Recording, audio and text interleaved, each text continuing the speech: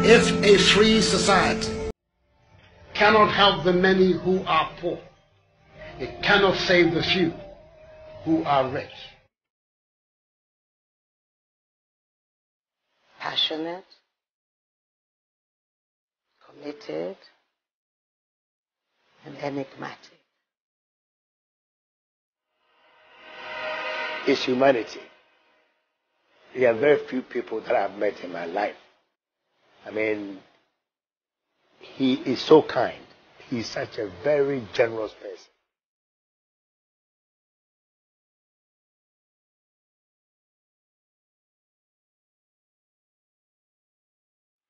So you're going to the campaign rally and you say to Akuffo Addo, pick up this child for the cameras. He won't do it.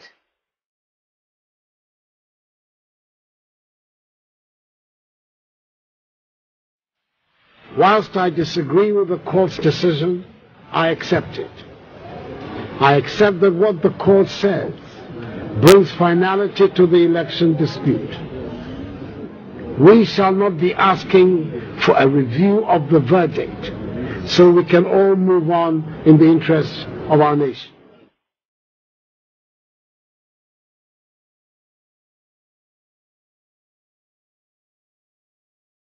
By the power vested in me as the chairperson of the Electoral Commission and the returning officer for the presidential election, it is my duty and my privilege to declare Nana Addo Dankwa Akuffo Addo as the President-elect of the Republic of Ghana.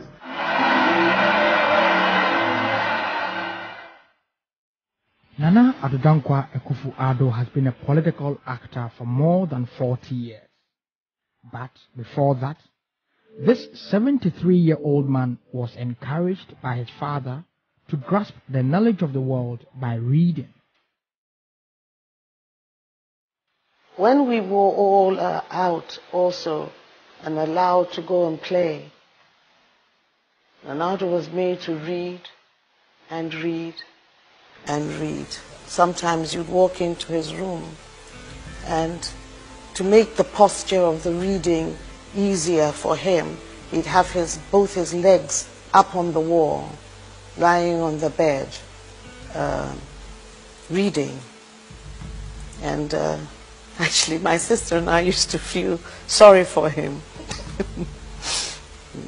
Yes, because my father actually made him read so much. He says he doesn't mind if it's comics. He says he should read trash. He should read serious books. He should read everything. He started his primary education at the government boys' school in Adabraka and later at the Row Road School, now Kimbu, both in Accra Central. Time of the war in 1947. Now I'm a driver, J.B. Dankwa, Dr. J.B. Dankwa, late. And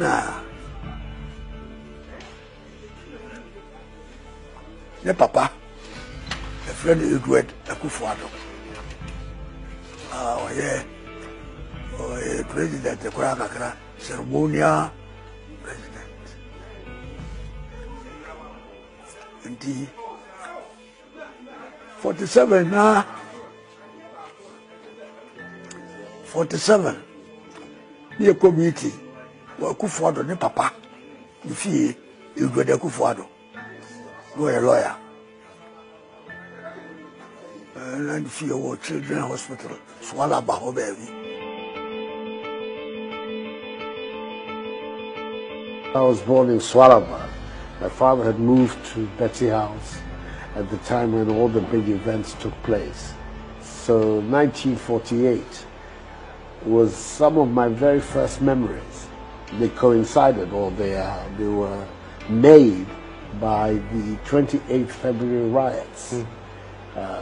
They took place just before I was 4 years old. Wow. Yes. And I remember that was like a turning point in my life because there were so many people who were coming in out of the house, my father, Grandpa Dankwa, Uncle Chabi, all of them moving around, going out, coming in. And I knew something really dramatic had occurred.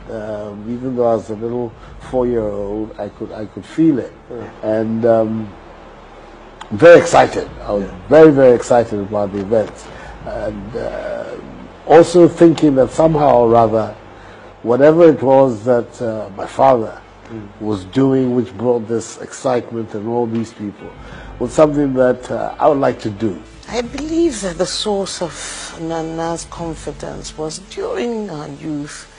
The 6 pillars that Ghana, the modern Ghana state, were built on were part of our lives. They were in our house the whole time, talking about colossal movements.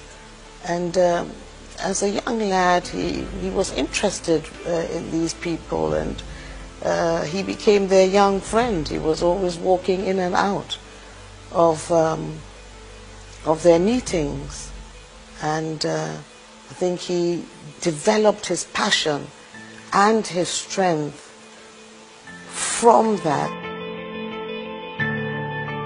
Nana Addo recalls how he would sit on Dr. Kwame Nkrumah's lap during such meetings.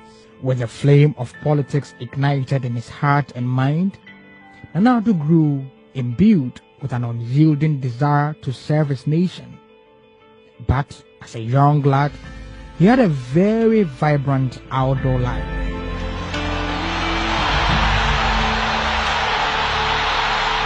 We first met at the Accra Sports Stadium. I was then the captain of Ghana Academicals, playing for Ghana Republicans. So we were having a training session at the Accra Sports Stadium. And he had just arrived from England, I think, from England. And his uncle, one Gadisberg operator, brought him to the stadium, to train, to practice. He was a young guy who wanted to play football. So he was made to play with us. And he was obviously enamored with the type of football I was playing. And he wanted, and it was during, at that time, that Ohinija himself, because of his styles, named him Bob Negro. He was a footballer himself. He played for the Republicans in his youth. And my support for the premiership is Tottenham Hotspur, and so is his. He's a great supporter of Tottenham Hotspur. So there too we find ourselves in the same boat. When he came back from school in the holidays, Ohinija encouraged him and wanted him actually to join the Black Stars. So he did come home one day and declared that he wanted to stop all his studies and become a footballer. In a prep school in England, I boxed. I stopped then. But I continued to play the other sports: cricket, football, soccer, and squash. But there was a period when I was the national squash champion in Ghana here. No way. No kidding, yeah, in the 70s, yeah.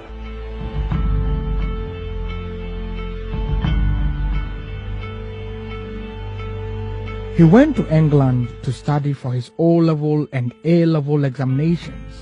In 1962, Nana Addo returned to Ghana to teach at the Accra Academy Secondary School before going to read economics at the University of Ghana, Legon in 1964. He subsequently studied law in the UK. Akuffo Addo was called to the Ghana bar in July 1975. When the champion decided to do the Unigov, I remember he came and we were all very upset by the fact that he wanted to turn a military regime into a so-called democratic puppet regime. And he was outraged and told me that they were going to organize, that time he'd come to settle in Ghana. I was still practicing my economics, commodities in London. And assured me that he was going to do everything possible with the forces which were resisting that. So in London, I heard him through the grapevine that he was doing this, and then I was very, very proud of what he was doing. At that time, what was in Ghana for him? You got a lucrative job in Europe. Your Addo's government has been overthrown by a military regime, yet he dropped all that.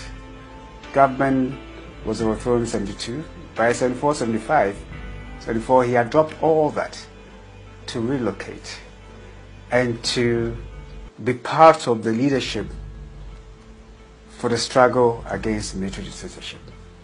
I mean, to me, that, if like, sums up his patriotism and his selflessness.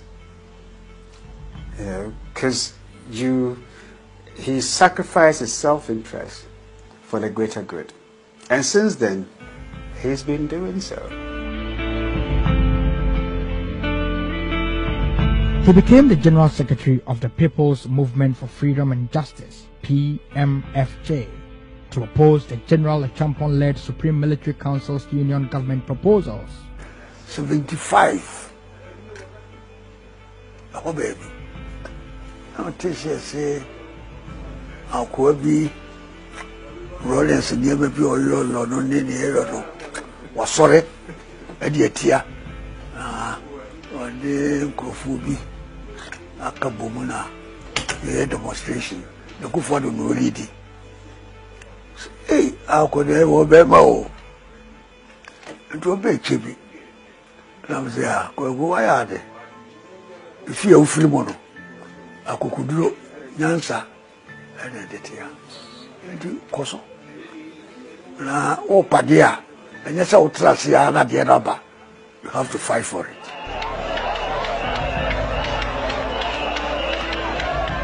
In May 1995, he was among a broad group of elites who formed the Alliance for Change, which organized the Kumipreko demonstrations against policies like the introduction of the value-added tax VAT and the harsh economic conditions at the time.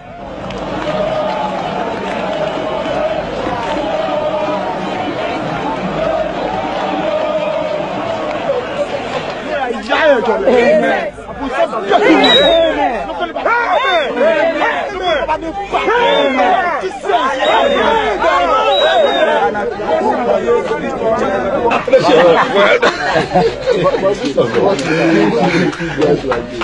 That's right.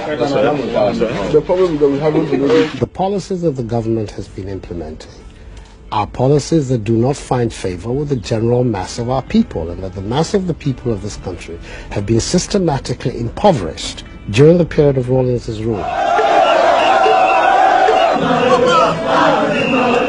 1998, at the Congress in Sunyani, Nana actually begged for the leadership of our party. So it's not only today that he's been trying, and it was unfortunate that he lost. But in spite of losing, because of his love for the party and his principled political position, he was one of the biggest campaigners for Mr. Akuffo.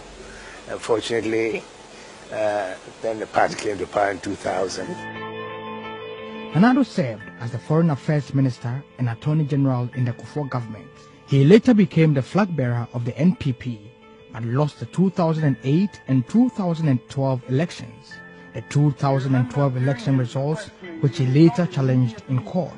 Recognize the signature that he was drawing your attention to. You remember, yes, I do. You did not immediately recognize that. That's correct.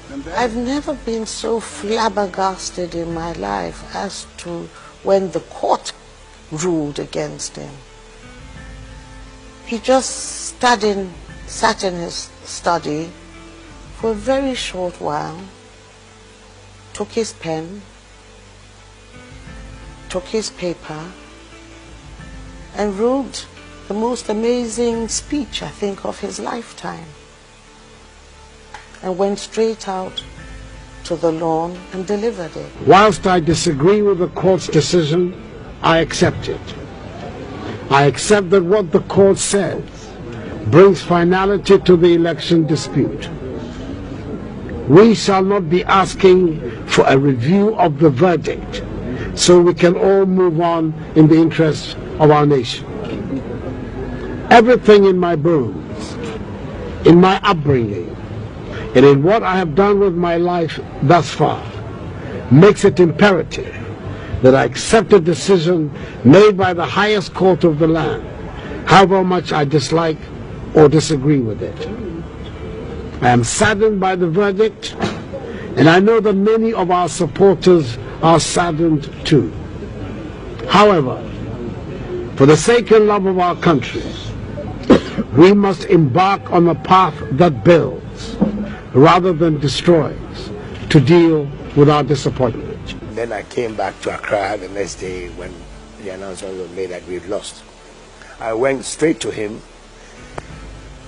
I would never forget this. He was in his bedroom, so I just went in, and he was sitting there as usual reading his novels. He's a great reader, you know, he loves novels. And then he looks at me and said, "Oh, T, so the people of this country wouldn't give me the opportunity for me to serve them." It was not because he's lost, but because he feels that he has a contribution to make to better the lives of this country.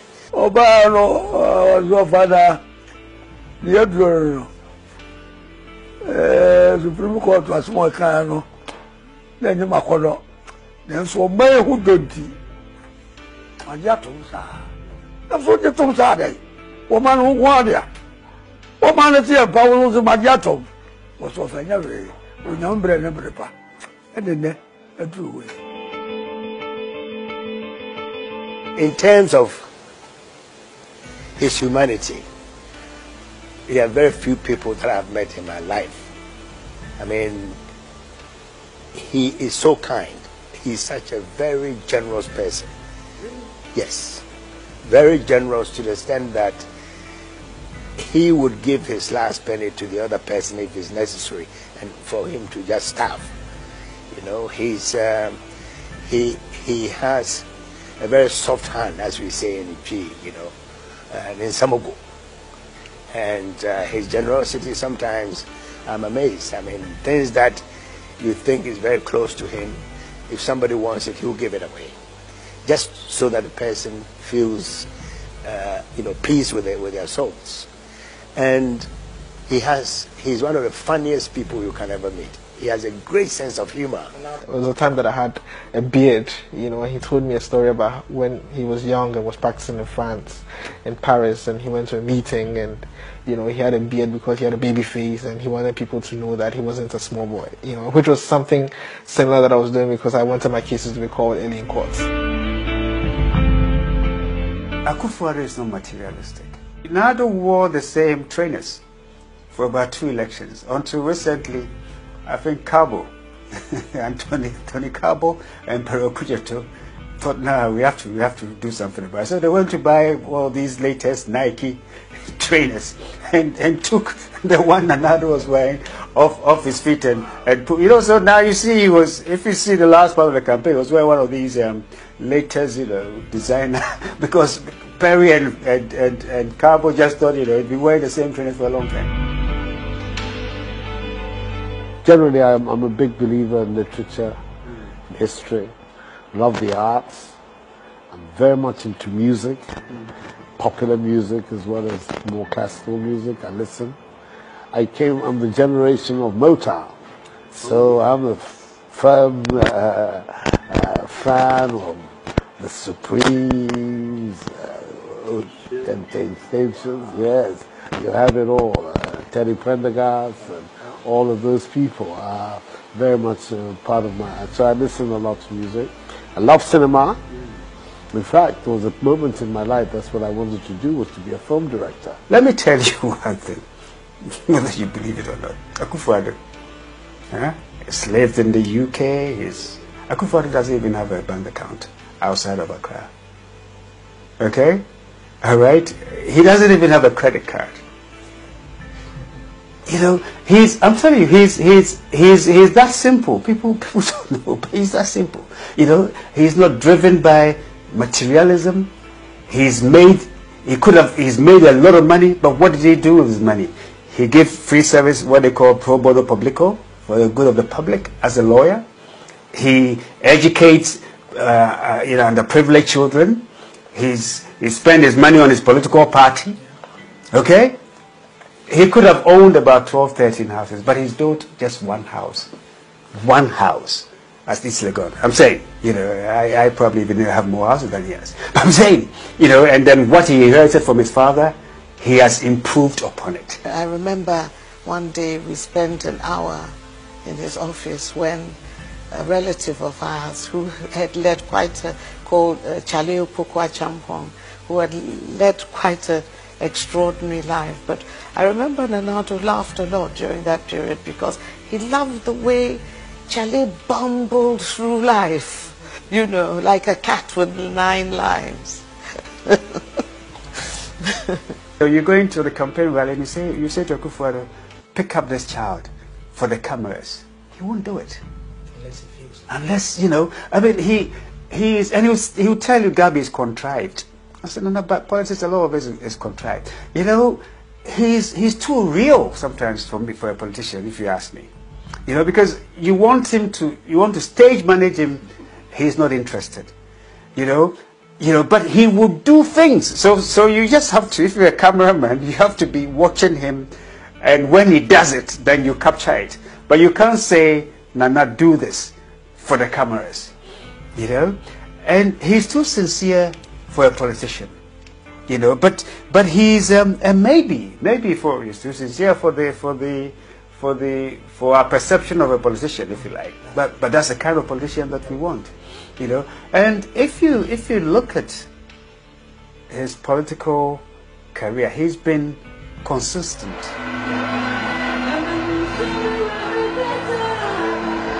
Nana Addo's inspiration in politics is traced to the iconic political figures like his grand-uncle J.B. Dankwa, Dr. Kwame Nkrumah, and Professor Addo. The role model that has been guiding him is his grand-uncle J.B. Dankwa. To the extent that there is this emotion, it's as if J.B. Dankwa was his father. Nana tells me, of course I wasn't there, that our aunties and uncles all went to JB, Grandpa JB, to say, look, go out of the country. They're going to kill you. Go out. I mean, because a lot of them were going into exile at the time. And he wouldn't listen to them. And Nana Addo was one of his favorites, really. I mean, if you've seen, there's a picture of J.B. Dankwa. Nana Addo was a page boy at his wedding. So that's how much he admired the boy, if you like, the grandnephew, if you like. And so they sent Nana Addo. I didn't know because I went to Nana Addo, and Nana Addo went to speak to him, and he repeated what he said to our uncles and aunties, that look, if he has to, and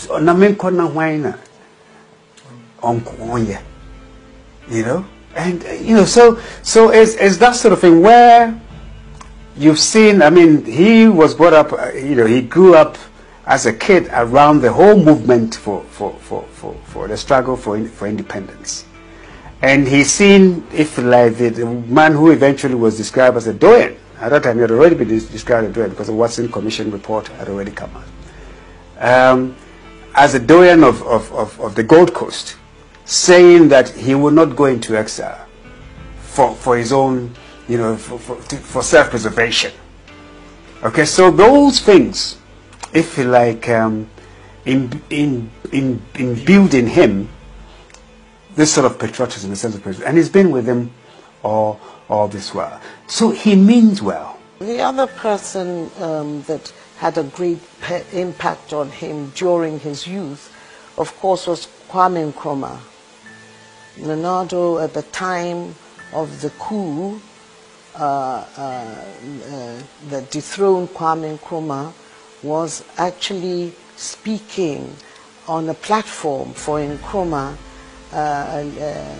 He was the leader then of the Marxist Forum at Legon, and I remember that he ran home when he learned of the coup with 2 different pairs of socks on. And my mother kept the socks for a very long time because he literally was hid in their room for a couple of days. Now we are going to see the real leader in Akuffo Addo, because when he goes around now saying he's going to realize the promises he made, one village, one dam, one district, one factory, you watch it. It's going to happen. My biggest concern is that the people he selects to work with him give him and the people of Ghana the respect to serve with integrity, to serve with commitment, to serve with selflessness, and to serve with patriotism. That's what I pray for. Because at the end of the day, if we don't deliver for the Ghanaian, it will be a big shame. His presidency is going to be driven by a great enthusiasm to achieve. He's a vibrant personality. He does not get tired. So the people who are going to work for him actually should be ready to work very hard.